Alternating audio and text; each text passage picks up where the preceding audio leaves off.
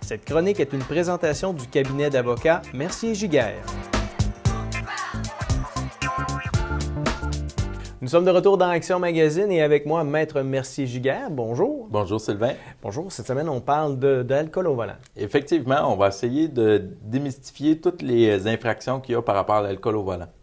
Parfait. Puis c'est quoi l'infraction là, qu'on voit le plus souvent? En fait, il y en a trois qui sont plus répandues. On a les conduites avec faculté affaiblie. Faculté affaiblie, il faut faire attention, c'est pas juste par l'alcool. Ça peut être par l'alcool, ça peut être par les drogues, mais ça peut être aussi par la fatigue.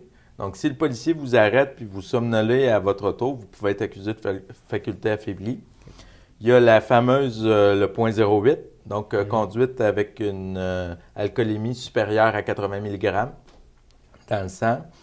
Et il y a la garde et contrôle.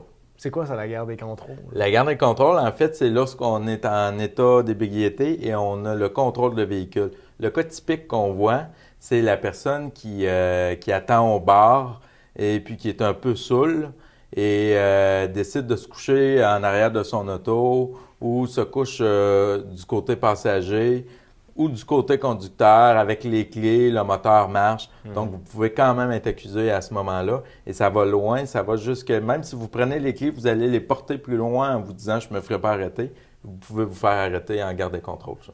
OK. Si on est à bord de notre véhicule, même s'il n'est pas en marche, effectivement, on peut être accusé. Effectivement. Okay.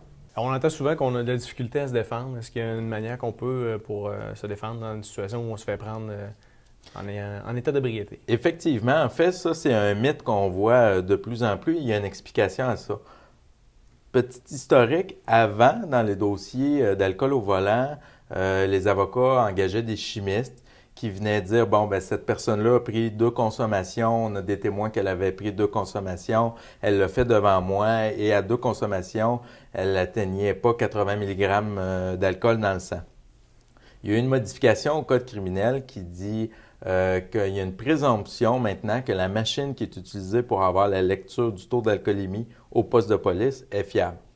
On ne peut plus, autrement dit, là, on ne peut plus utiliser ce moyen de défense-là du chimiste qui va venir dire je pense qu'il était correct. Par contre, il y a quand même des moyens de se défendre. Okay? Ce qu'il faut se rappeler, c'est que le fardeau est au procureur de la couronne, c'est-à-dire à la personne qui nous poursuit. Ils doivent prouver que, un, vous conduisiez ou vous aviez le contrôle du véhicule, première chose, que vous aviez les facultés affaiblies et, dans certains cas, que vous aviez un taux d'alcoolémie supérieur à 80 mg. Comme moyen de défense, c'est de voir, premièrement, il y a tout le processus d'arrestation. Les policiers, lorsqu'ils vous arrêtent, doivent avoir des motifs raisonnables de le faire. Lorsqu'on entend motif raisonnable, ça doit être vraiment vous rouliez croche. C'est un ensemble de facteurs, là, mais c'est que vous rouliez croche, vous avez brûlé un stop, vous sentez l'alcool. Mais c'est pas juste ça, parce que si vous aviez juste, par exemple, l'odeur d'alcool, c'est pas suffisant pour vous arrêter. Là. Donc, c'est vraiment toutes ces affaires-là qu'on peut vérifier. S'il n'y a pas de motif raisonnable, on peut faire tomber les accusations, ne serait-ce que par ça. Est-ce qu'il peut y avoir des exceptions des fois? Si, mettons, exemple, on se fait prendre ça en état d'ébriété, mais on a besoin d'un véhicule pour notre travail. Est-ce qu'on peut avoir une exception ou un permis temporaire? Ou, Non, les permis temporaires sont utilisés dans d'autres situations, notamment les infractions, l'étiquette de vitesse et on perd son permis. Mais il y a des sentences de prévu au code criminel par rapport à l'alcool au volant qui sont similaires, là, autant garde et contrôle, faculté affaiblie et plus de 80 mg. On parle de... Ça dépend du nombre d'infractions qu'on a, mais si on est à la première infraction, on parle d'un an d'interdiction de conduire, une amende minimale de 1 000 $, suspension automatique du permis de 90 jours, et à ça, on doit ajouter tous les frais de cours, les frais d'avocat et ces choses-là. Et ça, c'est si votre taux ne dépasse pas 160 mg. Okay. Si votre taux dépasse 160 mg, là, on tombe à 3 ans d'interdiction de conduire et avec tout ce qui en déboule. Là. Mm-hmm. Souvent, on voit ça des fois à la sortie d'une route ou à un stop. Il y a des policiers qui sont là qui font un barrage. Est-ce qu'ils peuvent le faire, ça? Ils peuvent vous arrêter dans une situation comme ça? Effectivement, c'est reconnu depuis longtemps que les policiers ont le droit de faire un barrage. Et tantôt, je vous ai parlé du motif d'arrestation, des motifs raisonnables d'arrestation. C'est sûr que lorsqu'on arrive sur un barrage, c'est un peu aléatoire. Et puis, là, il n'y a pas ce motif-là. Par contre, la jurisprudence, c'est-à-dire les jugements ont reconnu que les policiers avaient le droit de faire des barrages et de nous arrêter. Et souvent, dans les cas comme ça, bien, ils vont, vérifier s'il y a une senteur d'alcool, les pupilles, les yeux. Et si ils ont des doutes, ils vont nous faire souffler dans une machine qui, eux, portent dans le véhicule. Et c'est pas la même machine qui est au poste, c'est-à-dire elle ne donne pas de lecture du taux d'alcoolémie. Simplement, ce que la machine fait, c'est dire « fail » pour F ou « passe le test ». Okay. Donc, si vous êtes « fail », là, ça donne le motif raisonnable aux policiers de vous arrêter, de vous emmener au poste et de vous faire souffler.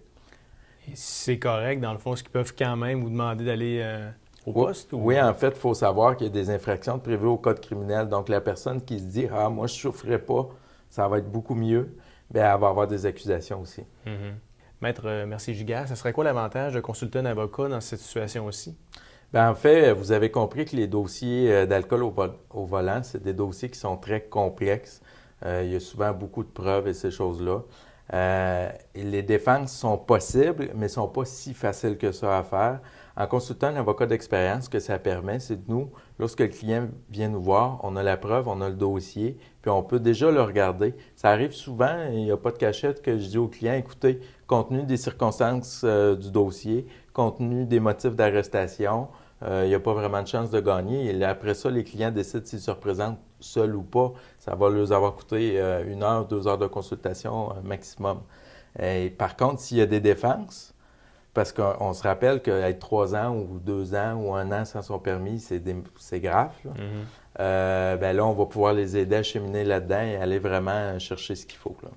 C'est des gens qui nous écoutent, qui voudraient avoir d'autres conseils ou avoir un supplément d'informations. De quelle façon ils peuvent te rejoindre? Te rejoindre à merciergiguère.com, Centre d'Union, ou au 581-996-7060. Merci. Cette chronique est une présentation du cabinet d'avocats Mercier-Giguère.